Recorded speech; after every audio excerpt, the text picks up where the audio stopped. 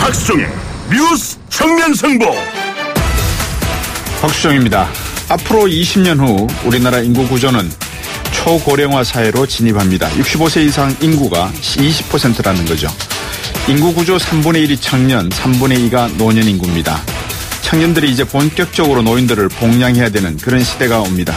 잘 판단해서 재정 준비하시기 바랍니다. 달걀 살충제 문제, 이번 장관 탓 아니죠?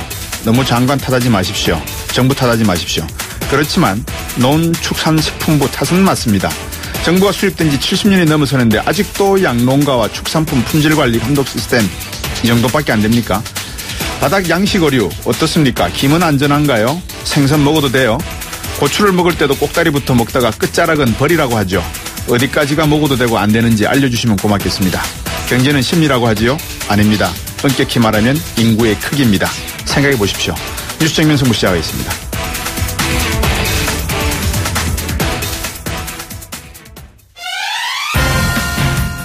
오늘 저희가 준비한 순서 말씀드리겠습니다. 1부와 2부에서는 문재인 정부 100일이죠. 평가 한번 드려야 되지 않겠습니까? 1부에서는 새 정부 인수위 격인 국정기획자문위의 대변인 역임을 하셨죠. 더불어민주당 박광원 의원 전화 연결해서 한번 들어보겠습니다. 2부에서는 여론조사 전문가 리얼미터의 이택수 대표와 함께 지지율로 본 문재인 대통령 100일 분석해봅니다. 청취자 여러분들도 문재인 정부의 100일 출범을 축하해 주시면서 또 바라고 싶은 말씀이 있으면 문자로 보내주시면 제가 읽어드리겠습니다. 3부에서는 친환경 인증마저도 믿을 수 없게 된 살충제 달걀 파동 문제 다시 한번 짚어보겠습니다. 정치권 대책 마련에 나섰는데요. 일이 터져야 대책이 나서죠. 그죠? 계란법도 추진하는 모양입니다. 계란법이라 농림부 장관 지낸 바른정당의 정움찬 의원과 함께 인터뷰 진행하겠습니다. 4부 경제는 얘기가 전문의 시간입니다. 경향신문 경제부의 박병률 기자와 함께 문재인 정부 100일의 경제정책 성과와 과제 진단해 보겠습니다.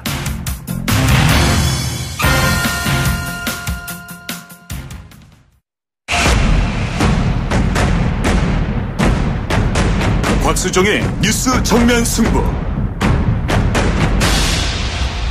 우리가 아이가 태어나도 100일을 지나고 나면 이제는 살아갈 수 있겠구나라고 안심을 하고 또 그 100일을 축하를 합니다. 37제라고 있죠. 21일까지는 어떤 아이가 태어났는지 알려주지도 않잖아요. 그죠? 드디어 문재인 정부가 출범한 지 또 문재인 대통령이 취임한 지 100일이 지났습니다. 현재 여론의 평가는 청취자 여러분들이 듣고 계시는 그런 여론의 평가와 별로 다르진 않을 것 같습니다. 지지율이 84%에 이르고요. 이 정도 되면 조선노동당 대표의 어떤 아나운서의 말처럼 아주 힘차게 말씀을 한번 드려야 될 것 같은데, 자, 어쨌든 야당은 좀 생각이 다른 것 같습니다. 기자회견 내용을 바탕으로 해서 지난 100일 문재인 정부가 뭘 잘했고 앞으로 또 뭘 잘해야 하는지 새 정부 인수위 격이었죠. 국정기획자문위 대변인 역임한 더불어민주당의 박광원 의원과 얘기 나눠보겠습니다. 안녕하십니까? 네, 안녕하세요. 반갑습니다. 네, 고생하셨습니다. 그동안에. 아닙니다. 100일이 지났는데요. 네. 한번 소회를 말씀해 주시죠.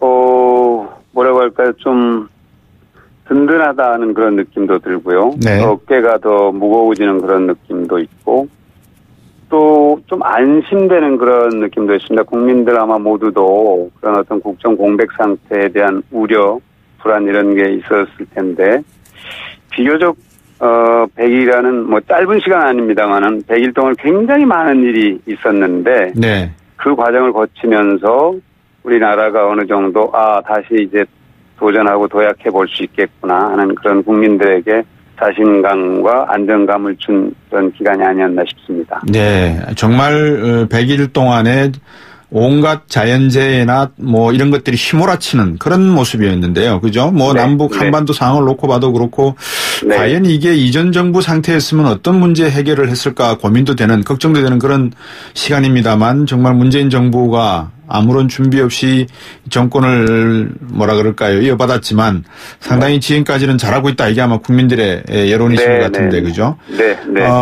정해진 대본 없이 오늘 기자회견 하셨다면서요? 네네. 그러니까 사실은 이제 기자회견은 이런 것이다. 기자회견은 이렇게 하는 것이다. 저는 그걸 보여주셨다고 생각합니다. 기자회견이라는 것은 국민들이 궁금해하는 것을 기자가 대신해서 대통령께 묻고 대통령은 그것에 대해서 정말로 솔직하게 가감없이 답을 하고 해법을 제시하고 또 의지를 밝히는 그런 자리인데 저는 오늘 정말로 제대로 보여줬다 이렇게 생각을 하고요. 예. 조금 전에 우리 앵커께서 준비 없이 시작을 했다 이런 말씀하셨는데 예. 아마 취지는 제가 이해를 합니다. 네. 그러나 문재인 대통령과 정부는 정말 준비를 많이 했습니다. 준비를 예. 많이 해왔고 그동안 하나하나 이렇게 국민들께 보고 드리고 시행한 것들은 정말로 준비된 내용들입니다. 네. 그렇기 때문에 많은 분들이 이렇게 준비가 잘 돼 있었구나 하는 걸 느끼셨을 거예요. 만일 준비가 없이 이거를 딱 닥쳤다면은 네. 정말로 불가능하죠. 할 수 있었겠습니까? 예. 네. 준비를 뭐 정말 단단히 하셨겠죠. 네. 대선 때부터 준비된 대통령이라는 말씀을 하셨고 또 네. 막상 뚜껑을 열고 인수위도 없는 상태에서 출범을 네. 했지만 이 네. 정도의 어떤 경제적 난국과 그다음에 안보적 숙제를 해결하는 모습을 보면서 네. 많은 청취자분들도 그렇고 국민들도 이게 나라구나라고 생각하실 수도 있을 것 같아요.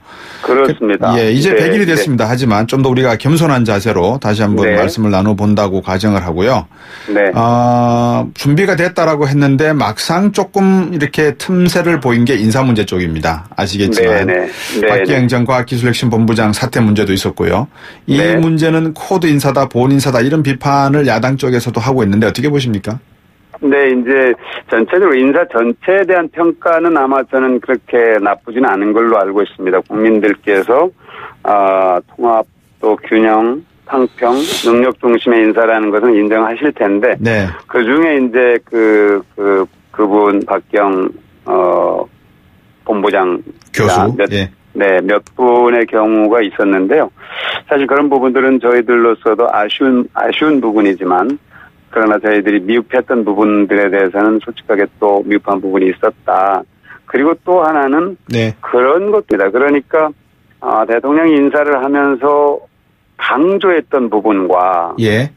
중시했던 부분과 일반 국민들께서 또 중시하는 부분이 이렇게 매치가 안 되는 경우가 있어요. 그래서 예를 대통령은 들면요? 이 점을 중시했는데 예. 국민들께서는 이걸 보시는구나 하면 또 대통령께서는 솔직하게 또 수용하시고 예. 또 인정을 하셨다고 봅니다. 그런 점에서 인정할 건 인정하고 예. 또 충분히 비판받은 것은 비판받으면서도 그 위에서 새로운 모습을 보이려고 노력했다. 이렇게 저는 평가를 하고 싶습니다. 알겠습니다. 일자리위원회가 아마 문재인 대통령이 약속했던 가장 큰 핵심 공약이 아니었나 생각을 하고 정부 출범 초기에 청와대 일자리 이 상황판도 만들 정도로 아주 초집중을 하셨는데 성과가 있습니까?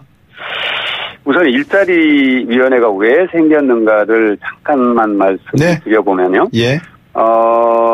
우리가 한국 경제가 성장이 멈춰버렸다. 성장 동력이 고갈됐다. 이렇게 이제 많은 분들이 얘기를 하셨잖아요. 예. 근데 그것은 사실은 1997년까지 외환위기가 있기 전까지는 네. 기업이 성장하면은 고용이 늘었고 또 예. 가계도 성장을 같이 해왔습니다. 그러나 외환위기 두 번의 외환위기를 겪으면서 우리 기업들은 고용이 없는 성장 전략을 택하게 됩니다. 그러니까 기업은 어마어마하게 성장하지만 가계는 계속 위축되는 이런 현상이 지속되면서 양극화가 고착되고 그것이 결국엔 성장에까지 나쁜 영향을 주는 그런 상황을 만들었거든요. 네. 그럼 해법이 뭐냐? 일자리를 만들어야 된다. 그런데 기업들에게 일자리를 만드세요 하고 그동안 법인세도 깎아주고 각종 혜택을 다 줬습니다. 그런데 일자리를 안 만들었어요. 그럼 어떻게 해야 될 것인가? 우선 공공부문부터 일자리를 만들자. 그리고 민간 부문에 그것이 확산되도록 마중물 역할을 하자. 이게 일자리위원회를 만든 근본적인 취지입니다. 네. 그러니까 일자리가 모든 문제를 푸는 첫 단추라는 그런 인식을 국민들과 공유한 것이 저는 가장 큰 성과라고 보고요. 예. 또 민간 기업들도 이제 일자리가 중요하다. 제가 만난 많은 그 기업 경영인들은 그분들에 대해서 똑같이 공감을 하고 있더라고요. 그런데 당장 대규모로 이렇게 채용하기는 어려우니 조금씩 늘려가고 비정규직도 정규직으로 전환해 나가겠다 하는 것으로 보면은 저는 어느 정도 궤도에 오르고 있다 이런 판단을 하고 있습니다. 네, 뭐 우리 박광훈 의원께서야 궤도에 오르고 있다 내지는 궤도에 진입했다 안정적으로 이제 장착했다 이렇게 말씀하실 것 같은데 네. 또 한편으로는 이제 제가 겸손이라는 말씀을 드렸지만 또 다른 이견도 있는 거 아니겠습니까? 예를 들면 일자리위원회라든지 정부 공공 부분이 먼저 모범을 보여서 일자리 창출을 하고 기업들도 자연스럽게 일자리 창출이 기업 성장에 도움이 된다는 것. 그래서 국가 경제 발전에 도움이 된다는 걸로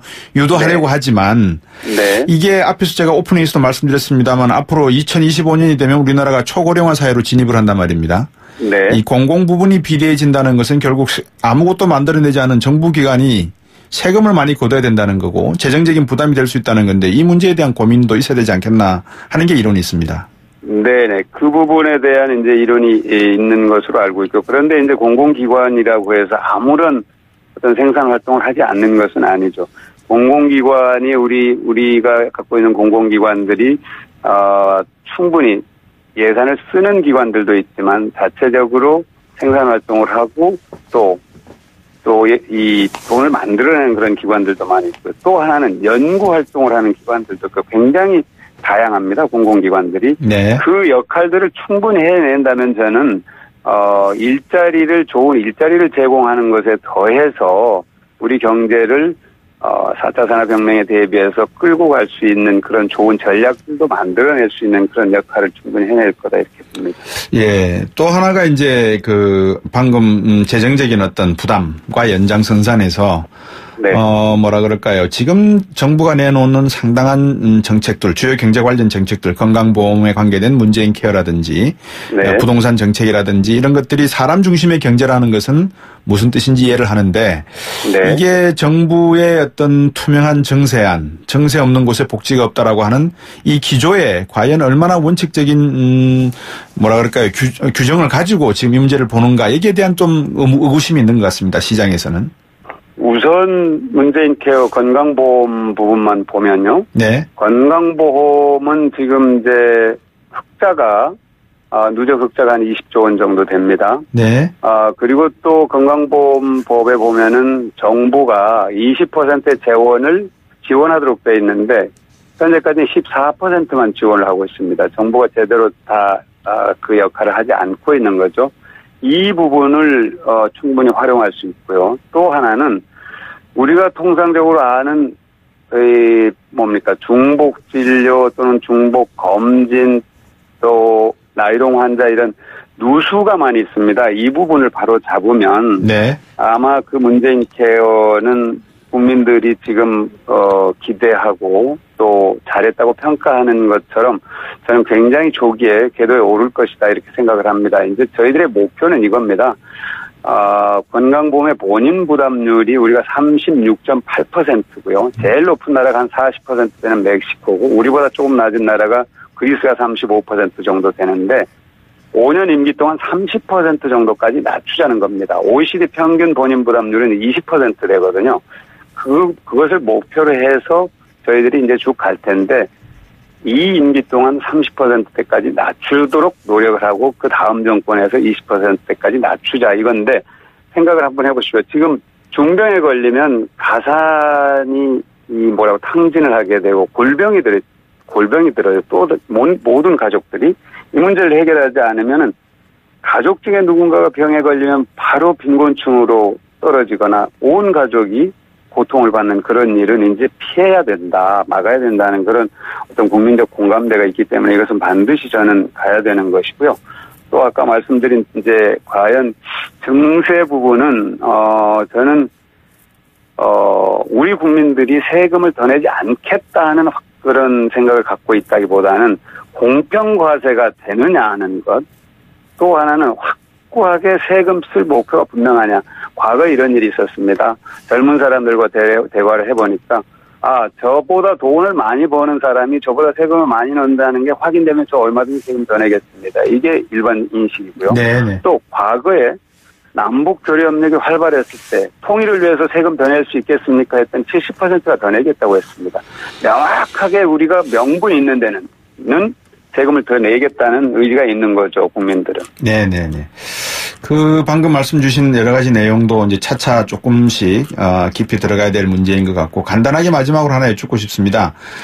이번 그 여러 가지 이제 개혁의 과제들이 남아 있지 않겠습니까? 아직도 네. 재벌 개혁, 뭐 국방 개혁, 검찰 개혁, 또 언론 개혁까지 남아 있는 상황인데 5년으로 될까요?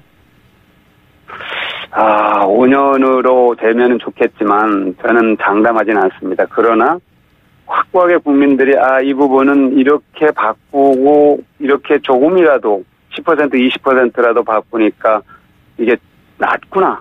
정말 나라다운 나라가 되고 내 삶이 바뀌구나 하는 그런 인식을 하게 되면은 그 방향을 분명하게 잡을 수 있다고 봅니다. 그러면 그게 다소 네. 시간이 더 걸리더라도 네. 반드시 해야 된다 하는 의지를 다질 수 있겠죠. 네, 국민들이 그런 의지가 또 앞에서 말씀하셨다시피 국민 스스로가 세금을 더 얼마든지 내려고 하는 그런 욕구가 생길 수 있도록 문재인 정부의 앞으로의 4년 또 5년 잘 이끌어 가주시길 바라겠습니다. 오늘 말씀 잘 들었습니다. 네, 고맙습니다. 더불어민주당의 박광원 의원이었습니다. 네, 입으로 돌아오겠습니다.